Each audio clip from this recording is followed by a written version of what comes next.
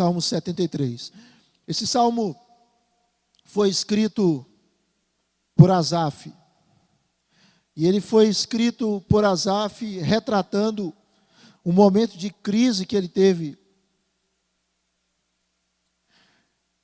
Porque ele olhava para os ímpios e ele via os ímpios prosperando. E ele invejava dos ímpios.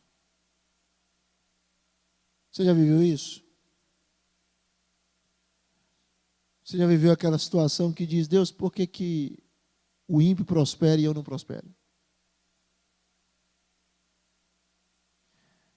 Por que parece que a vida material do descrente é melhor do que a minha? E eu sirvo ao Senhor e o descrente não está nem aí para o Senhor. Deus, por que eu vivo adversidades agônicas e tem tantos ímpios que não tem? Era essa a crise de Asaf. E ele escreve esse salmo.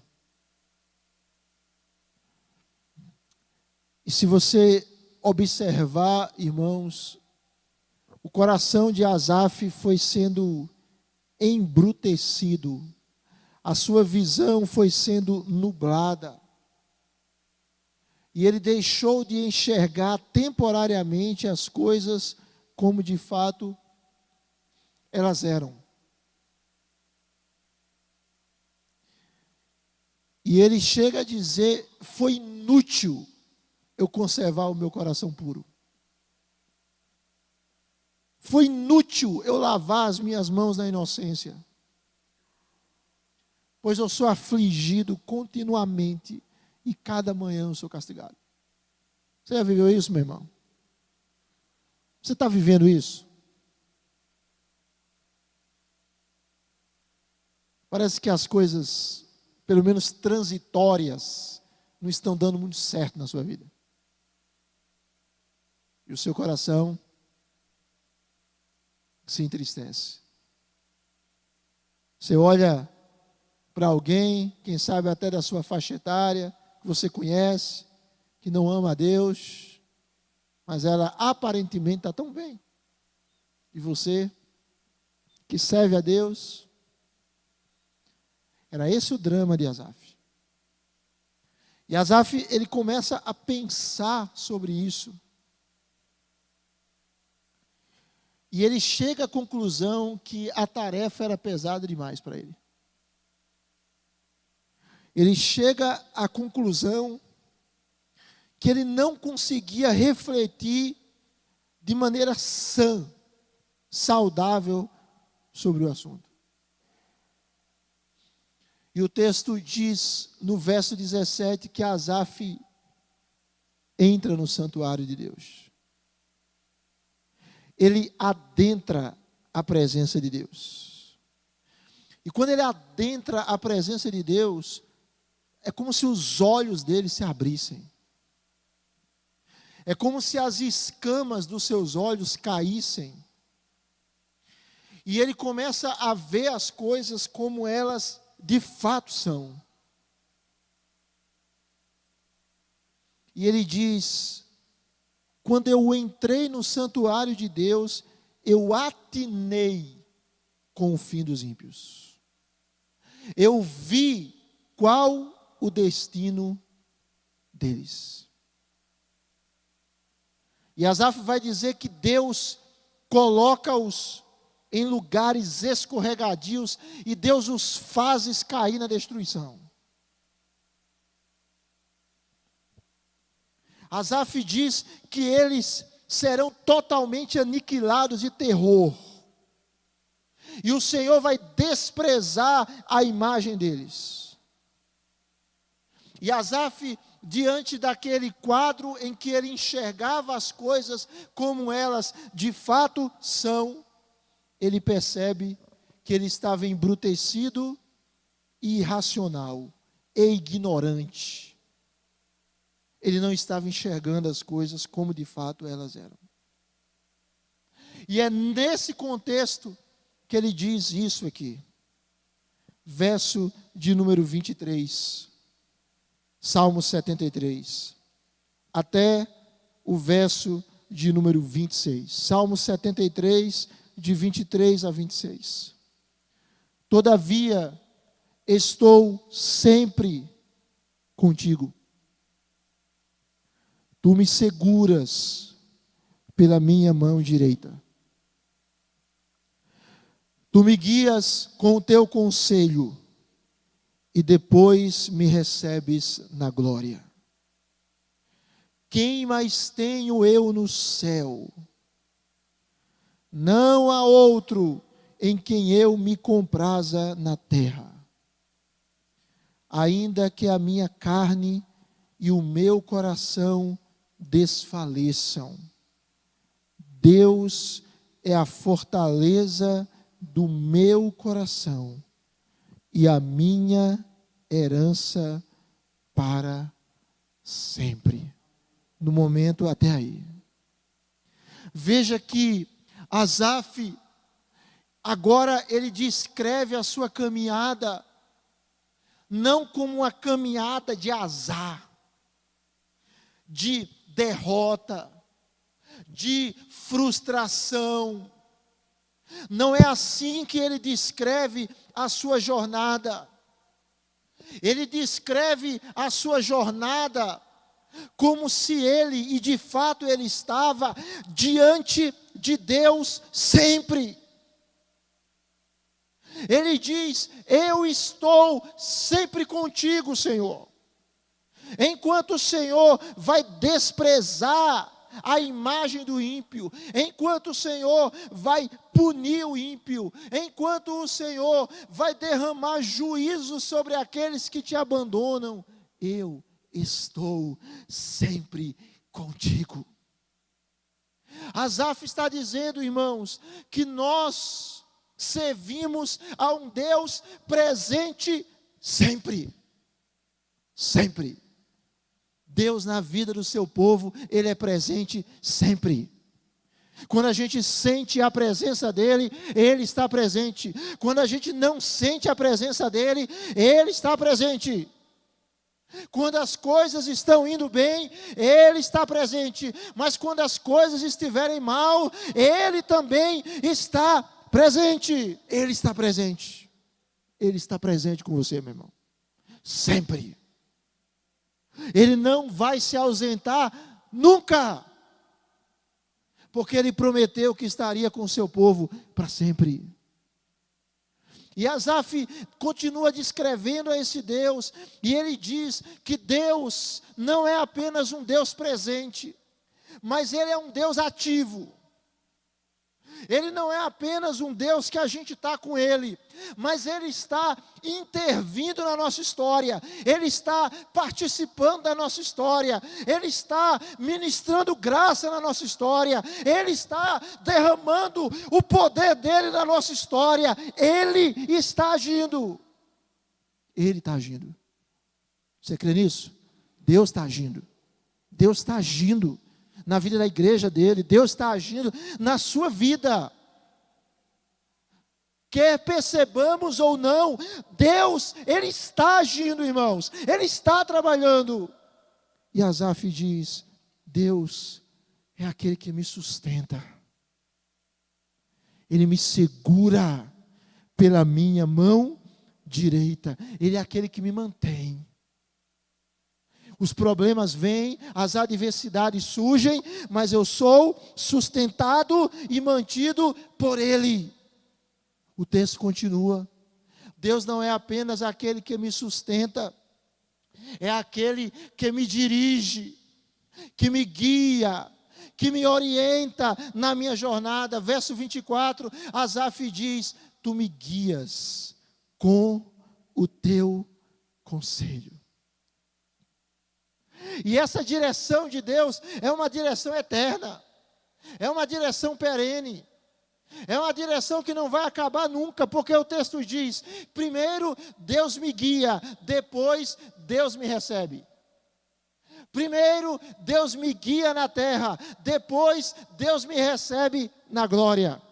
Primeiro, Deus dirige os meus dias nesta terra caída. Depois, Deus vai me receber em uma terra restaurada.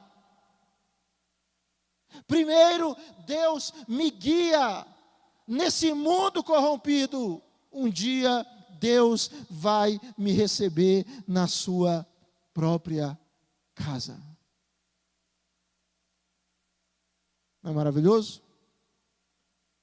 É o Deus que vai estar conosco e que está conosco hoje e está conosco para sempre. E no versículo número 25, Asaf diz que Deus é o seu maior bem. É o seu maior bem. Alguém já disse que quem tem Deus e não tem mais nada, não tem menos do que aquele que tem Deus e tem tudo. Quem tem Deus e não tem mais nada, não tem menos do que aquele que tem Deus e tem tudo. Porque é aquela ideia de Davi, quando ele escreve o Salmo 23, e ele diz: o Senhor é meu pastor, Ele é o meu pastor. E se Ele é o meu pastor, nada vai me faltar. Surgem problemas, surgem crises, surgem necessidades, mas eu vou ter tudo aquilo que eu preciso para que o plano de Deus se concretize na minha história. Ele vai me conceder segundo a sua graça. Ele vai. E aqui Asaf está dizendo: o Senhor é a minha riqueza. O Senhor é o meu bem. É do Senhor que eu preciso. É do Senhor que eu necessito. Quem mais tenho eu no céu? Verso 25: não há outro em quem eu me compraza na terra. Se você tem Deus, meu irmão, se você tem Deus, mesmo que você não tenha mais nada, você tem tudo. Porque você tem aquele que é o dono de todas as coisas. Você entende? Aquele que você pode viver 10 anos, 20 anos, 30 anos, 40 anos, 50 anos de aflição. Mas esse Deus, Ele promete que as aflições desse tempo não podem ser comparadas com a glória por vir. E como a gente precisa crer nisso. O problema é que às vezes corações ficam tão apegados a coisas desse mundo que a gente vive frustrado. Mas se o coração nosso, antes de tudo, estiver em Deus, irmãos, a gente vai dizer: o meu bem é Deus, então eu sou rico, mesmo sendo pobre. Eu tenho tudo, mesmo às vezes sendo necessitado. Porque Deus é a minha riqueza. Mas eu queria caminhar para o final, para a gente ter mais um momento de oração. Asaf, ele vai dizer que Deus é o Deus presente. Asaf vai dizer que Deus é aquele que o sustenta, é aquele que o mantém, e é aquele que o dirige nesta terra e o recebe na glória. Asaf vai dizer que Deus é o seu bem, é a sua riqueza. E no verso de número 26, Asaf diz, mas algumas realidades, olha aí na sua Bíblia, ele fala: ainda que a minha carne e o meu coração desfaleçam. Ainda que isso venha acontecer, o texto diz: Deus, Ele é a fortaleza, Ele é a força do meu coração. Deus é a minha herança para sempre. O que Asaf está dizendo é: Deus é aquele que nos fortalece no presente. Que Deus fortaleça você. Que Deus fortaleça você. Que o poder do Espírito Santo esteja sobre você, lhe livrando do mal, lhe renovando, lhe enchendo de graça, lhe dando perseverança, lhe dando resiliência. Que a força de Deus esteja sobre você, porque a Bíblia diz que o povo que conhece a Deus vai ser forte e vai ser ativo. Que a força do Senhor, não a força de Star Wars, mas a força do Deus eterno, a real força, a genuína, não a fictícia força, mas que o poder de Deus esteja sobre você, e que você entenda, meu irmão, que por maiores que sejam às vezes as adversidades que você passa, há um Deus cujo poder, cuja força são ilimitados, e esse poder e essa força estão à sua disposição. Então se aproprie deles pela fé, porque eles estão à sua disposição. Deus me fortalece, Deus me renova, Deus me enche de fé, me enche de esperança, me enche de graça. Senhor, Tu és a minha força.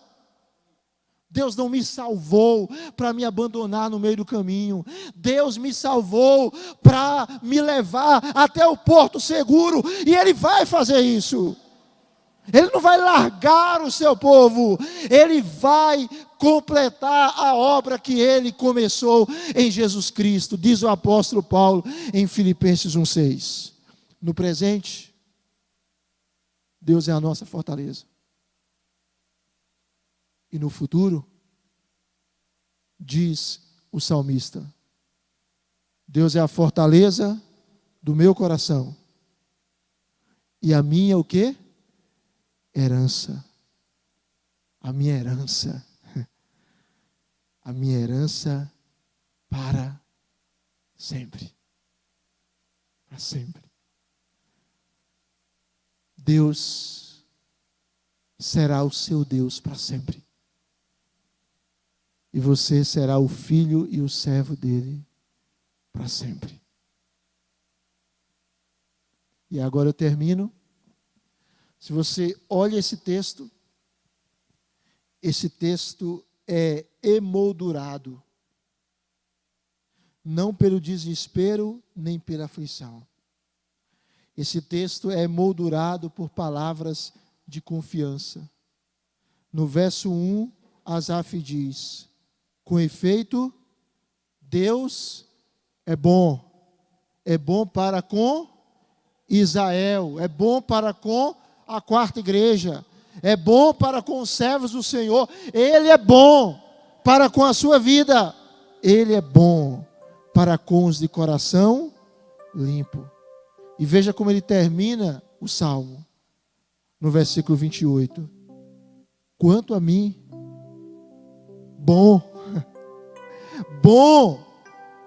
é bom estar junto a Deus, é muito bom estar junto a Deus. No Senhor Deus ponho o meu refúgio, para proclamar todos os seus feitos. Aleluia. Vamos ficar de pé, irmãos.